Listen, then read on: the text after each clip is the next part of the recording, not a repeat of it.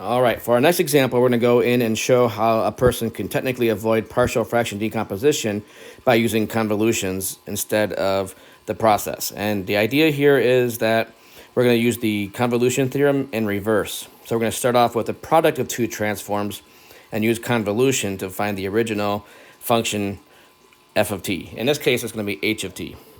So here we're going to go through and first take the inverse of both sides of this. So the inverse of our capital H of S, of course, is h of t.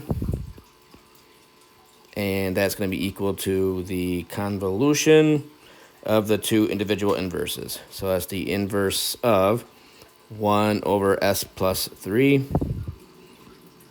convoluted with the inverse of 1 over s plus 2. All right, so again, the inverse of h is going to be the convolution of these two functions here. And now when we go in and find this convolution, we'll go through and first replace those individual inverses. So the inverse of 1 over s plus 3 is e to the negative 3t. And again, that's a convolution with the other inverse, which is e to the negative 2t. And now if we apply the definition of convolution, it's the integral from 0 to t of e to the negative 3 times tau times e to the negative 2 times t minus tau with respect to tau. Just like before, we'll go through and simplify this down and then integrate. So that's the integral from 0 to t of e to the negative 3 tau. And then we'll break apart the exponential as e to the negative 2t times e to the positive 2 times tau with respect to tau. And just like in our previous example, if you have a constant, you can factor it out. So we're going to factor out that e to the negative 2t. And then inside of that integral, we can combine the two exponentials and get an e to the negative tau d tau. This is a very simple integral compared to most.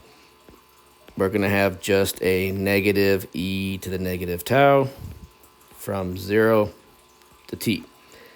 So if we go through and we evaluate this, we've got an e to the negative 2t, and that's going to be now times a negative e to the negative t minus a negative e to the 0, which is going to be just plus 1. And then if we distribute back the e to the negative 2t, the first term is negative e to the negative 3t, and the second term is just plus e to the negative 2t. And as a check, we could actually go in and take the Laplace transform of this sum of functions and add together the two transforms, combining, getting common denominators, and boom, you end up with your 1 over s plus 2 times s plus 3.